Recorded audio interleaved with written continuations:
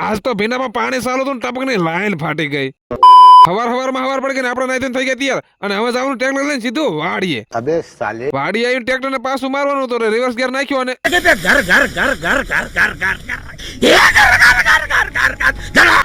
मेरा फूल मेरा गार्डन मेरी मिट्टी कितना सुकून है यहाँ કા પછી એમ વાત છે મજા આવી ગઈ ને. અને અત્યારે ઉનાળાના વાડી આવી અને ભીનાર વાળો ન હોય એટલે મોટી મૂંઝવણ તો એ થઈ જાય વાડી આવીને કામ હું કરશું. ये समस्या है रे।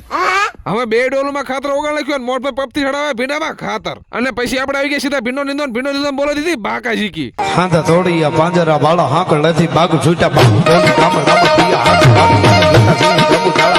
अगर हम करें तो करें क्या, बोले तो बोले क्या.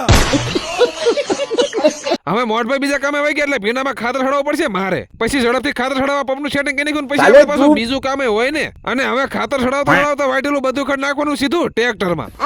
હજુ તો માંડ ટ્રેક્ટરમાં ખડ નાખી રહ્યો ને તો આ બાજુ ટપકને લાઈન ફાટી ગઈ. પૂરેપૂરી 10 મિનિટ દાંતડી ખાડો કર્યો ને તો એટલો ખાડો થયો અને ઉપરથી આ બાજુ ભીંડાનું વખાડું ભરાઈ ગયું અને તોય પાછું નક્કી તો થયું જ નહીં ક્યાંથી પાણી નીકળે એમ. साला ये दुख का खत्म नहीं होता बे.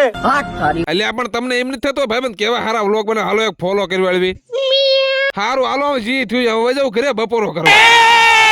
બપોર પછી પાણીનો ગોળો ગાડી મૂકીને પાછા નીકળી ગયા વાડીએ કેમ કે આપણે વડે જીરું મળવા આવી ગયો દાડિયાનો ટેમ્પો. હવે દાડિયા બધા ખરેખર જીરું મળવા મોટબેન બાબુ બે જીરાના કરે આવા નનકા કુબા. અને હો પારા તો હું કરે એટલે આ પણ હું તો માંદો હું ને હું તો આરામમાં હું.